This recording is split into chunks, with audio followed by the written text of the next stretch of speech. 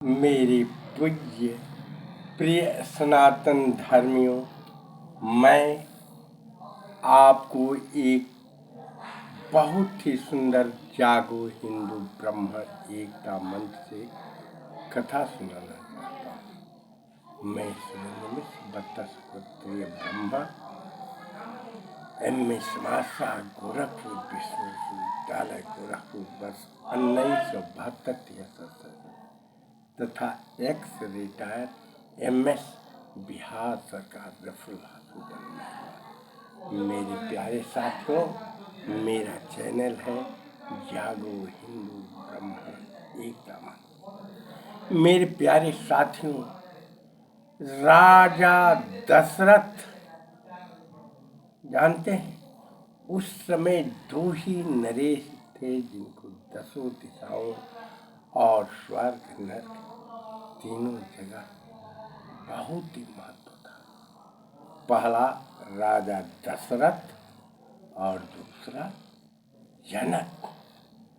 मेरे प्यारे साथियों, धार्मिक रीति रिवाज के अनुसार पति पत्नी दोनों मिलकर के पूजा पाठ यज्ञ तप करना चाहिए। इससे स्त्री का महत्व बहुत ही अच्छा होता है तथा जप तप यज्ञ में भी दोनों की गुणवत्ता होता है।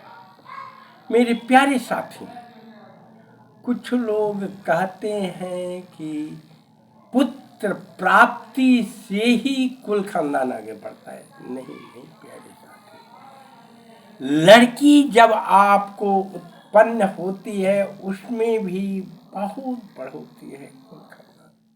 जानते हैं, राजा दशरथ की है ना, एक लड़की थी शांता।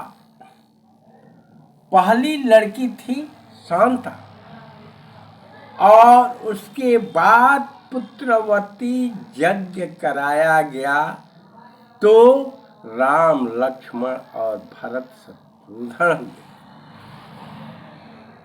उसी तरह से आगे बढ़िए। राजा जनक जो तीनों लोग 14 थे, उनको लड़काएं कितना ही थे मगर लड़कों का महत्व उतना नहीं। सबसे बड़ा लड़का का नाम राजा जनक चंद्रकांता था, मगर बहुत कम लोग जानते हैं कि राजा जनक को लड़काएं भी थी। मगर लड़कियों का कितना महत्व है। लड़कियां दो कुलों को जोड़ती है, दो कुलों दो धर्मों को जोड़ती है। पहला पति सास ससुर, दूसरा माँ बाप भाई अर्थात ससुराल और मायके। कोई भी लड़की किसी मंदिर किसी यज्ञ किसी ये में जाती है तो कहती है हमारे नैहर और ससुराल दोनों बना रहे। पुरुष वर्ग केवल मांगते हैं तो माँ बाप बेटा बेटी को आशीर्वाद मांगते हैं, मगर औरतें हृदय की टुकड़ा होती है, माँ बाप को कभी नहीं भूलती और माँ बाप को भी वरदान आशीर्वाद मांगती है। शांता जिस तरह से राम की ये थी बहन राजा दशरथ की लड़की, तो जब यज्ञ हुआ तो राजा दशरथ के साथ कैकेयी हर ये में जाती थी, युद्ध में अभ्यास में सब में। जब राजा दशरथ को रावण बाण मारा था तो कैकेयी जो साथी थी वह निकाली बाणों को और कही कि मलहम पट्टी और लेप की और कही कि जाइए आप ही इसी के पुत्र द्वारा रावण का नाश होगा। उसी तरह से जब जनक जी को पुत्री प्राप्त नहीं थी। यज्ञ करने के मुनियों ऋषियों के काया रावण उनमें ले जा करके घड़े में मुनियों का और एक गाड़ दिया था। तो जब मुनियों ने कहा यज्ञ कराने के लिए बारिश नहीं होगा कि जब चलाएंगे हल तब, तो सुने ना स्वयं कही कि अकेले करने से यज्ञ पूरा नहीं होता है। दोनों आदमी हल चलाए। हल का फल जाकर के घड़े से टकराया। तो जब दोनों आदमी मिल करके यज्ञ किए तो कन्या प्राप्त हुई। उसी को सीप मतलब घड़ा, घड़े के मतलब उसमें से जब निकली तो सीता माँ बहुत होनहार, बहुत सुंदर, बहुत गुण, बड़ी गुणवान क्या थी। जब सीता उत्पन्न हुई तो 6 वर्ष की थी। तभी कुल खानदान घर के काम करने, लड़कियों को घर का काम कराना चाहिए और करना चाहिए, वही यज्ञ का नियम। जब सीता माँ बच्ची थी, करते करते एक हाथ से धनुष उठाई और लीप होकर के जब करी गई। राजा जनक ने जब 6 वर्ष में जब जा करके द्वारपाल कहे